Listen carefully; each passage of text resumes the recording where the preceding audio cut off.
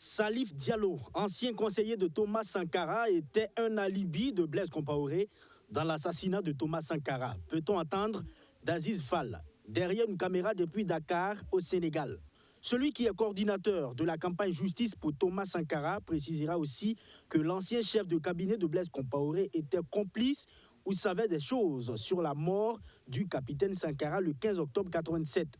C'est donc après avoir eu des échanges avec l'ancien président de l'Assemblée nationale qu'il reçut et déduit ces informations. Deux autres témoins indiquent avoir vu Salif Diallo fouiller le bureau de Thomas Sankara après sa mort et emporter même ses documents personnels. Ajoute le témoin, lui qui précise que depuis 1986, le torchon brûlait entre Paris et Ouagadougou à cause de la position parfois tranchée de Thomas Sankara sur les agissements de certains Occidentaux en rapport avec la révolution et la cohabitation africaine.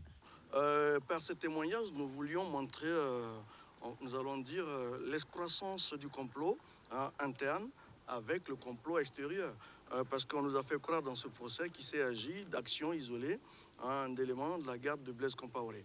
Alors que de tous les témoins que vous avez entendus, il est clairement ressorti que, au niveau même de certains États, notamment français, ivoiriens, pour ne citer que ceux-là, il y avait, on va dire, des vases communicants avec ce qui a pu se passer à Ouagadougou le 15 octobre 1987.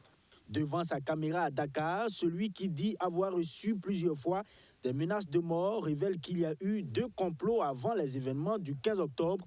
L'un visait à semer la zizanie dans le camp de Sankara. Le lieutenant Gilbert Diendéré aurait donné même 350 000 francs à des soldats pour faire croire à l'opinion que Boukari Kaboré, dit le Lion, veut faire un coup d'État, annonce Aziz Fall. Salif Diallo, dans sa déposition, fait remarquer que malgré les rumeurs de dissension qui circulaient, était loin de croire qu'il y aurait ce coup-là entre les deux hommes. Les dissensions étaient beaucoup plus dans les groupuscules, selon lui. Thomas Sankara voulait un parti unifié en lieu et place des groupuscules politiques.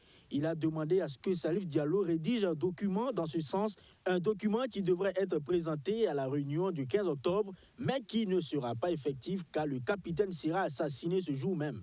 Peut-on comprendre dans le récit du défunt président de l'Assemblée nationale.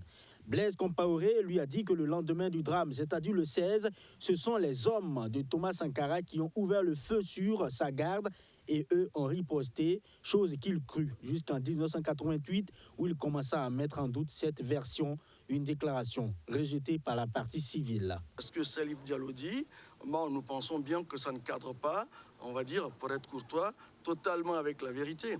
Parce que de tout ce que les gardes même de Blaise Compaoré ont dit, c'est que Salif Diallo fait partie des personnages qui, le 15 octobre, ont été le plus en contact avec Blaise Compaoré jusqu'à l'avènement des faits. Bon, mais malheureusement, comme on dit, il est décédé, comme disent certains de nos clients, mais il y a certains qui ont eu le bonheur de mourir avant ce procès.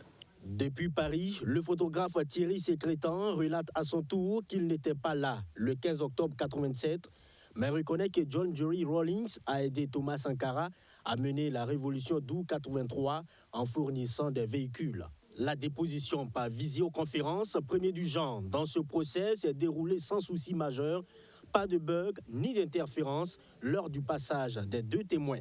Les audiences se poursuivent ce 11 janvier avec d'autres témoins suivis de la présentation des pièces à conviction.